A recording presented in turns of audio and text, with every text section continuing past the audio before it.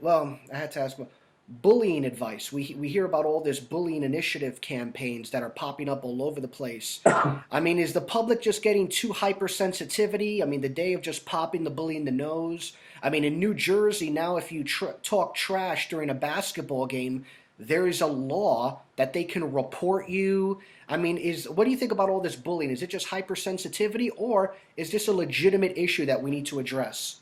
I'll tell you what, man, these topics, when you really have to, I even, sometimes I even hate talking about them because when I give an answer, like, you have to be so politically correct about things anymore that it's difficult. And you know what, man, I'm a kid that grew up in the Midwest.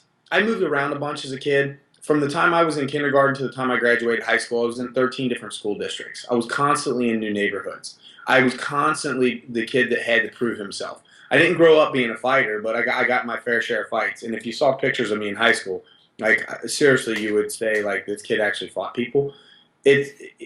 But I had to stand up for myself in those situations. And so I came from that generation of kids where if I was outside playing and I'm down the street and I came home with a black eye or something, and my dad looks at me and says, "What happened?" He's like, "Well, Bobby punched me." "Well, did you punch him back?" I mean, that's just So your father was old school. He produced testosterone, unlike some of the people today. exactly. And that's the thing. So I have that. I kind of have that mentality. That's just. Here's the deal. Bullying. The thing is that people are more aware of bullying now, and so it seems to be this topic as if it didn't exist 30 years ago, and suddenly kids are getting picked on, and it's a different animal now because there's bullying through social media and people posting videos and pictures and all that kind of stuff. Like, there are different aspects of bullying now that I didn't have to deal with when I was a young kid. But the fact is that people that grew up in my generation still had the emotional turmoil of bullying. Like, it's not like it wasn't there. And at some point in time, kids are going to have to they're going to have to stand up for themselves. Now, it's not that easy. And the problem is that when you have a legit bullying situation, the best way here's the problem is you have a small percentage of kids that get bullied and you have a small percentage of kids that are bullying. Like, your bullies aren't the majority of the population. The majority of the population are the kids that are the bystanders, the kids that don't want to get involved, the kids that see the bully picking on the kid and says, "You know what? This isn't my problem. I don't want to be any part of this." And what we need to do is empower the bystanders, because there's power in numbers. And if the masses say to the bullies, like, "Hey, this isn't cool. This is not acceptable," then you're not going to have that problem. But even still, at some point in time, I'm a firm believer in this, that if you're the type of person that's getting bullied, like, you will have to stand up for yourself. It's the way that life works. If it doesn't happen to you in elementary, it'll happen in junior high or high school, or when you're in college, or when you have your first job. You're gonna get pushed over by the executive who's trying to beat you out for your job or something like that. And at some point in your life, you're gonna have to learn how to be a fighter. Whether you're fighting for a position at your company, whether you're fighting for your life because you're battling cancer or something like that, or whether you're fighting a bully. And I don't mean physically fighting with your fists, but it's an important attribute for a person to have. So, the hypersensitivity to this thing, like, yeah, sometimes, like, kids just need to learn how to stand up for themselves and the problem will go away. But when it's a serious problem, then, like I said, the number or the empowerment is in the bystanders to help make these problems go away. Yeah, now when you say standing up for yourself, does that mean, I don't want to put you in hot water, but just be honest, does that mean you address the bully? What happens if the bully keeps pushing you? Do you have to physically fight the guy? That's where your power in numbers come in. Like, you're asking a fighter, a man who physically punches people in the face, what he would do, essentially. And so I'll tell you this, Dave. I can't imagine being. First of all, I've gotten to the point where I can't even imagine being bullied anymore. Like, I'm so far removed from that now. That's because you haven't met me, Rich. Yeah, exactly. So, and listen, I'm counting my blessings right now that this computer screen is what's separating us. But it's just bullying is the thing about getting bullied is it's a respect issue. It's the fact that bullies have a problem with their ego. It's an it's an ego trip for the bully.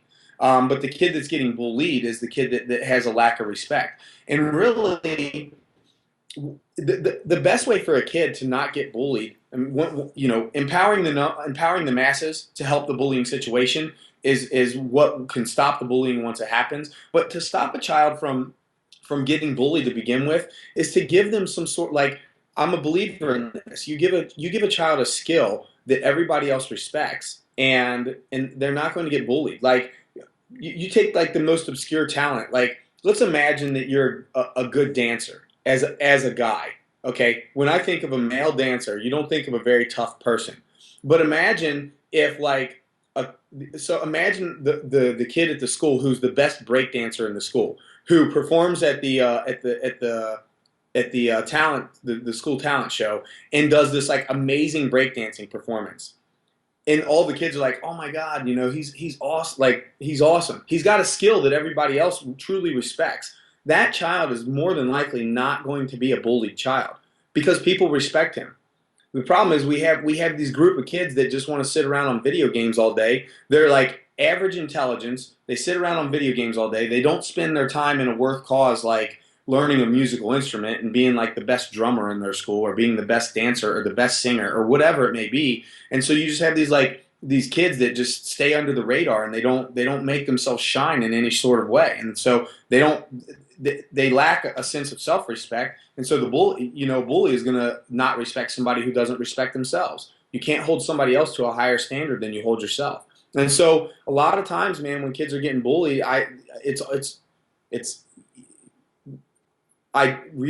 you can make a lot of those situations go away just by empowering that child.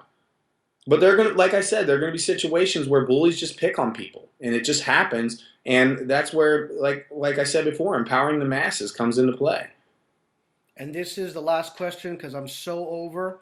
I want to end with a question that's you're passionate about nutrition.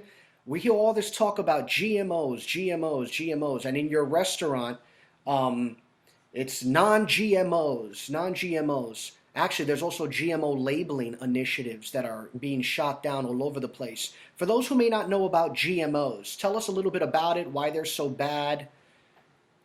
Well, so GMOs, when you come to my Juice Fusion Cafe, like on the window underneath, we have our big ZeLin tag, and then underneath it says always organic. Everything we do in the store is organic, and then below that it says non-GMO, and so GMOs are genetically modified foods, genetically modified organisms. And so basically, like, the big ones are canola,